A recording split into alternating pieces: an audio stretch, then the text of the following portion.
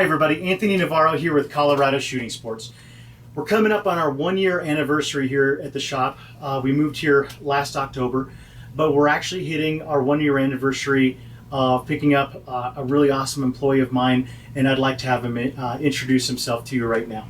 Hi everybody, my name is Adam Smith. I'm the Gunsmith and manager here at Colorado Shooting Sports. Been gunsmithing for quite a few years now. Went to Colorado School of Trades down in Lakewood. Kind of got into the business. My last couple years I was in the Army on active duty. I worked as a unit armorer.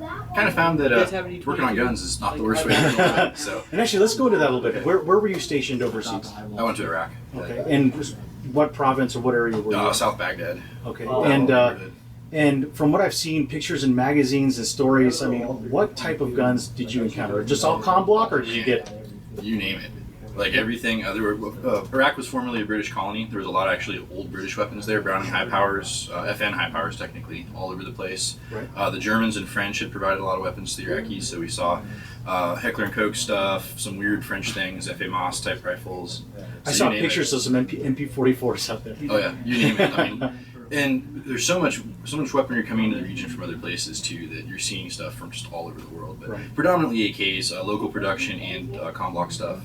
But a lot of other things as well. Awesome, cool. And so, military, give us a little bit more in-depth look at that. I was a combat medic in the U.S. Army. Went to Iraq with 30 ACR. Spent way too much time in the hot place, but it was an excellent learning experience. I think it was highly formative to my personality. The years that I spent in the Army changed me quite a bit, and for the better. And if you've been to any of our trauma attack med classes in the last 2 years, one of the things that's interesting about people in the medical field that really understand what we're doing in it is we just can't stay away from it. So I think the last time it was your day off and you spent 2 or 3 hours just kind of watching all the live and assisting with a lot of the scenarios. So one of the things we're going to be doing now as we start to expand and make these mass casualty incident training events larger is you're going to start seeing Adam and me collaborating a lot more on these. So after you got back from the military, where did you go from there to get your education into all the gunsmithing that you do now? Well, basically I did the last 2 years in the Army as a unit armorer and enjoyed it quite a bit. From that, when I got out, I used my GI Bill, went to Colorado School of Trades down in Lakewood, Colorado, and that was an awesome experience. I learned, one, that I'm really good at fixing guns, but also that I'm a really good machinist, and that was the part of it that I really dug into. Yeah. From School of Trades, when I graduated, I went on to do additional machining training. I learned CNC and a lot more advanced manual stuff. So I think, and we've talked a lot about this, but in any school, in any profession, there seems to be the 80% that are almost like button pushers. They're there to get a paycheck. You get the 10% that really shouldn't even be there at all. But I consider Adam the 10% that I would say go beyond, and they're more like a craftsman, that they understand on a visceral level what they're doing and why they're doing it. So when you go find a gunsmith and he has a Dremel and a hammer or something like that, you need to go somewhere else and find somebody that knows what they're doing. So when you come to us for gunsmithing, if we can't help you, we're going to tell you that. We're not going to destroy your work of art. And if we can, we're probably going to get it done in a way where you're not going to have to come back for the same problems over and over. I've seen that so often, so. One of the things that we always like to say, or at least I like to say about gunsmiths, is if he doesn't have any books, go somewhere else. A guy who thinks he knows everything and is not going to break out the manual or dig out a reference, especially if you bring in something odd and esoteric, that guy you need to avoid. Someone who knows he doesn't know everything and is willing to learn. I think that's critical. Yeah.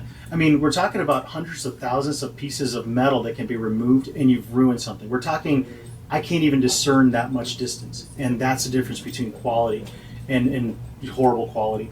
So give us an idea of some of the manufacturers that you're certified to work on their guns. I am a certified armorer for Glock, Beretta, Benelli, Sig Sauer, Armalite, and Chi-Tac at the moment. We're always looking to add more. We're going to work on that as the year progresses. So. Absolutely.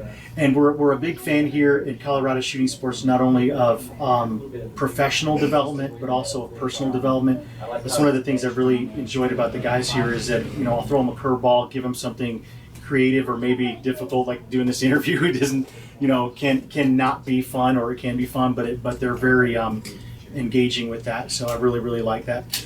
What do you do here at Colorado Shooting Sports? What don't I do here at Colorado Shooting Sports?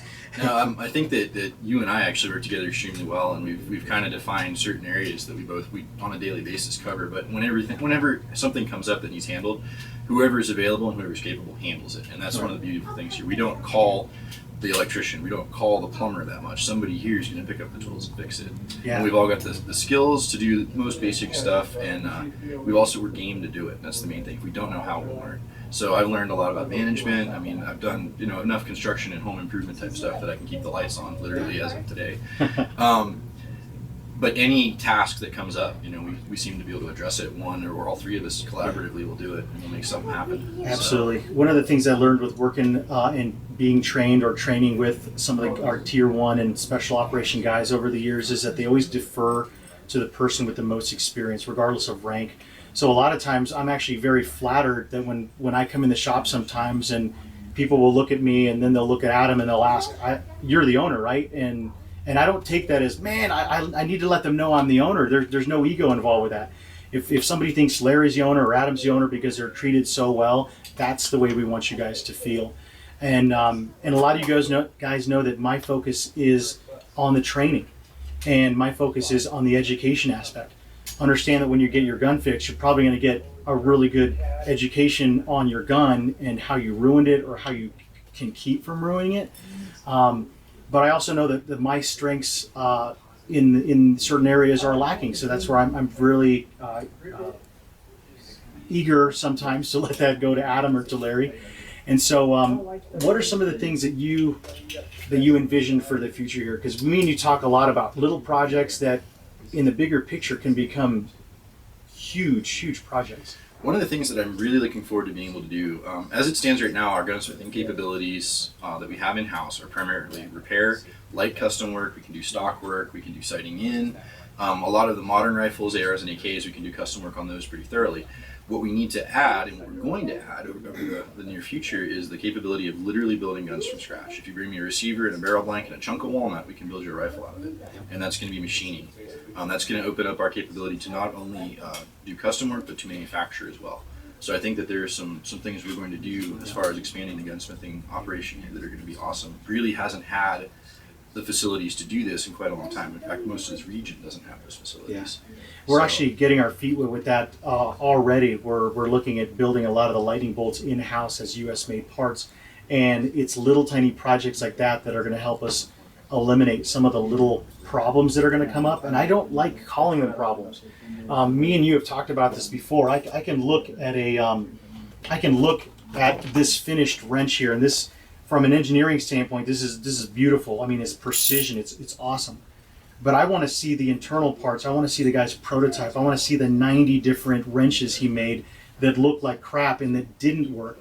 I can understand how a person thinks when they do that. So a lot of times me and Adam will talk about, we'll see a gun that comes in that somebody thought they could build an AR-15 and do it cheaper and better than, say, Daniel DeFrance or something like that, and they come and they blow up their gun. We look and we see the mistakes that went wrong, and we can actually help them to not make that again. So.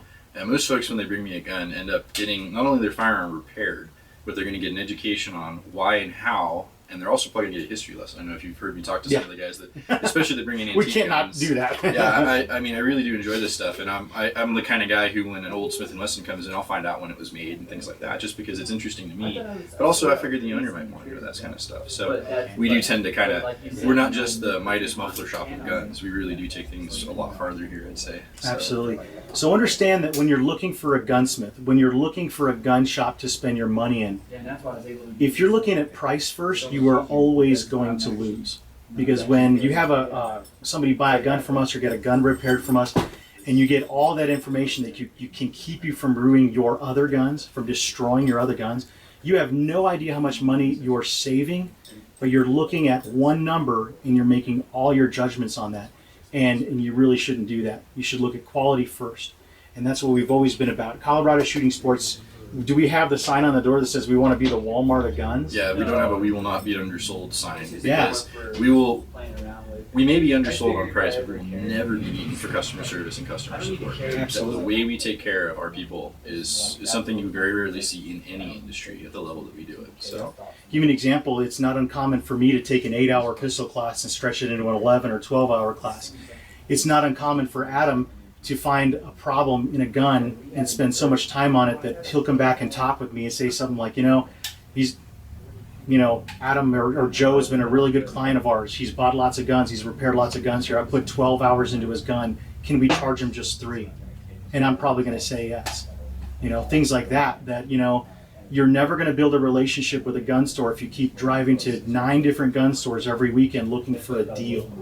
What you need to do is set up a relationship with them that, yeah, you might be spending a little bit more, but that one gun repair that could have cost you $1,100 might cost you $50 because you've built a relationship with those people.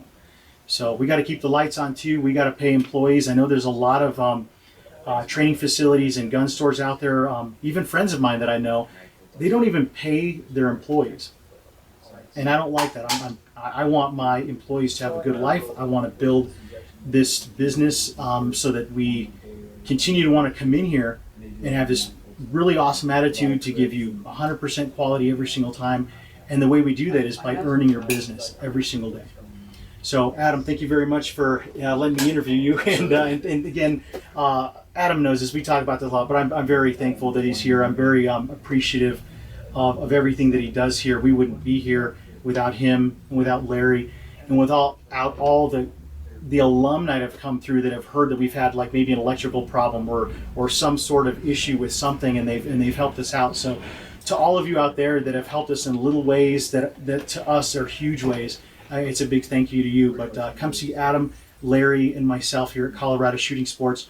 We're at 2435 8th Avenue in Greeley. Phone number is 970-395-0664. Visit us at Colorado Shooting Sports and visit us at Colorado Shooting Sports on Facebook. Have a great day.